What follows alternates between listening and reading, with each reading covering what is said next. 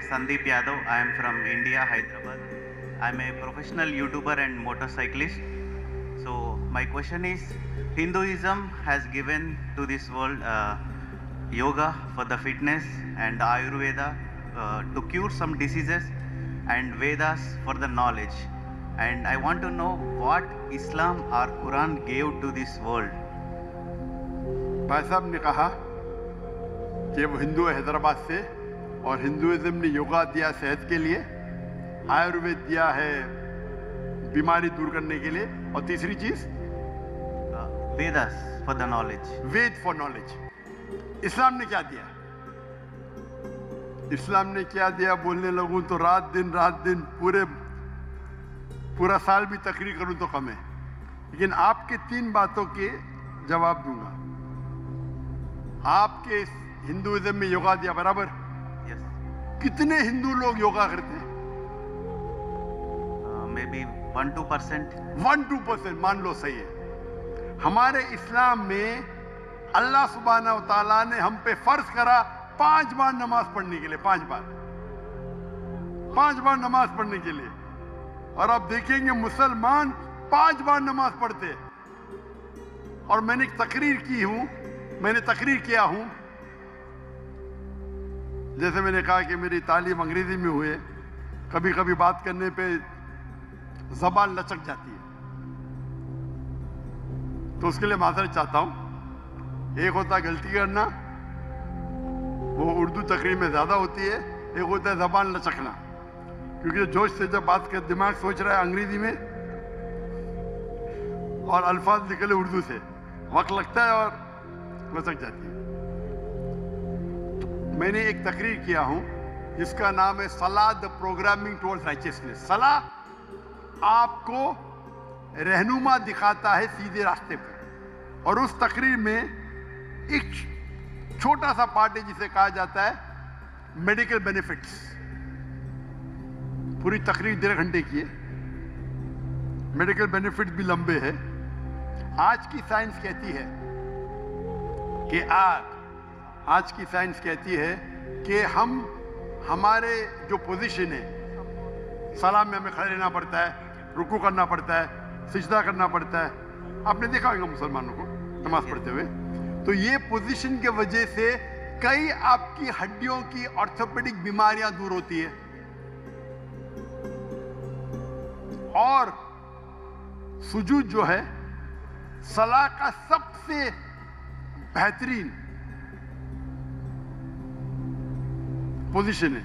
सजदा में हम अपने जिस्म का सबसे ऊंचा हिस्सा जमीन पे लगाते और कहते सुभान बिन आला, ग्लोरी बी टू अल्लाह.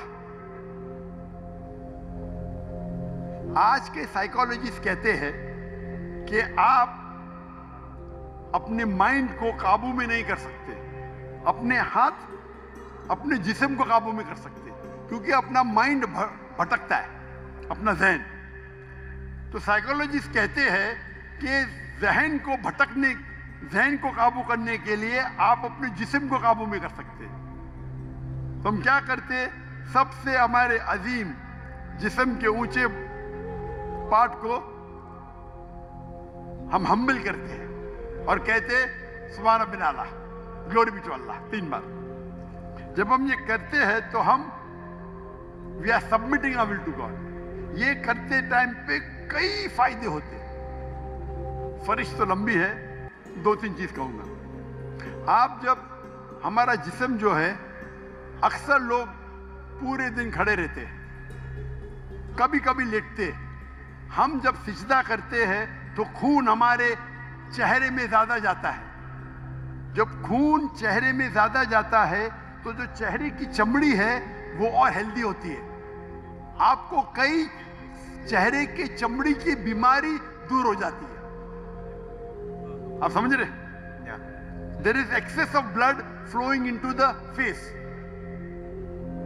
आप जब सिजदा करते हैं तो कई लोग को साइनस होते हैं. साइनस मतलब हमारे जो चेहरे के अंदर जो है साइनसेस है, मैक्सिलरी साइनस, स्मॉइडल साइनस.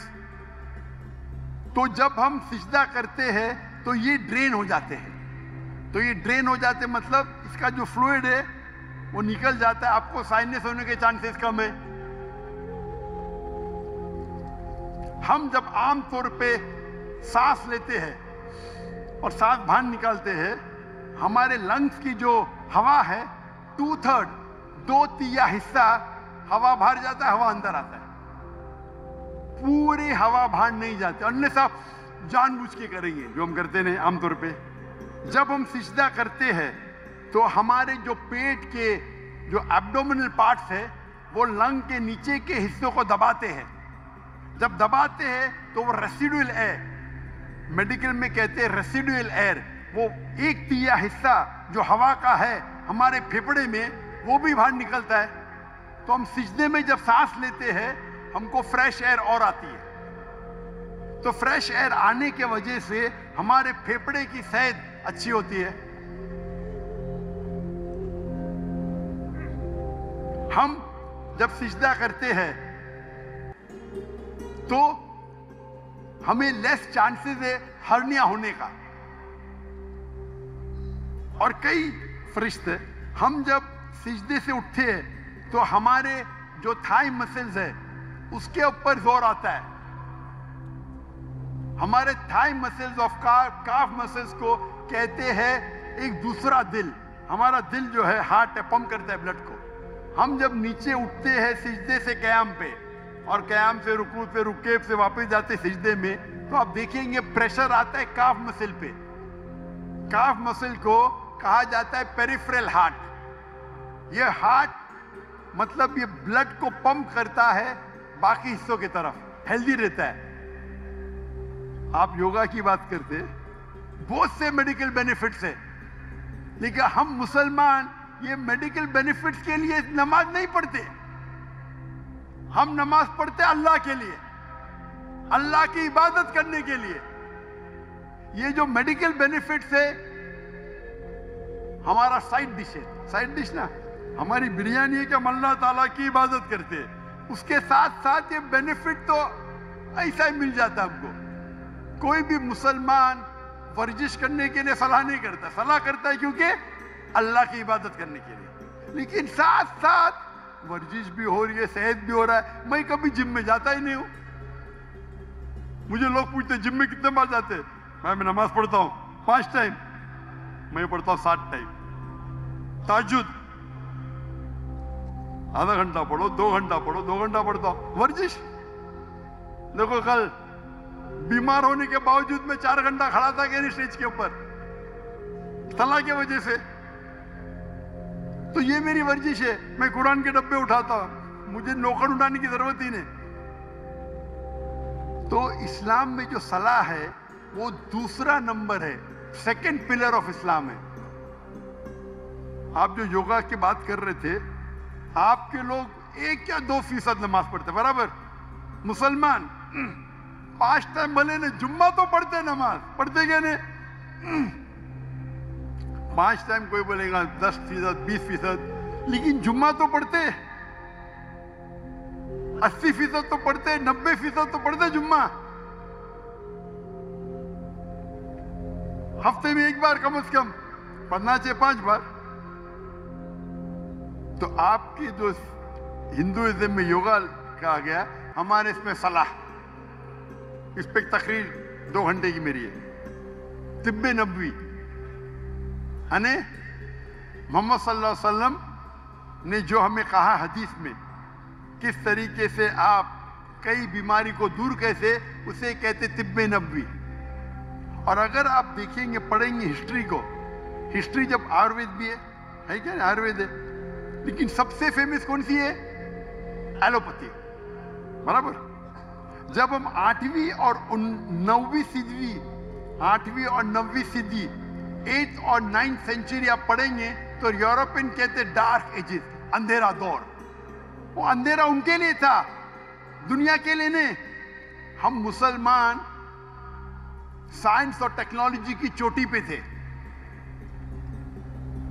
वो फिरंगी लोग, यूरोपियन, वो अनपढ़ थे, हम मुसलमान चोटी पे थे।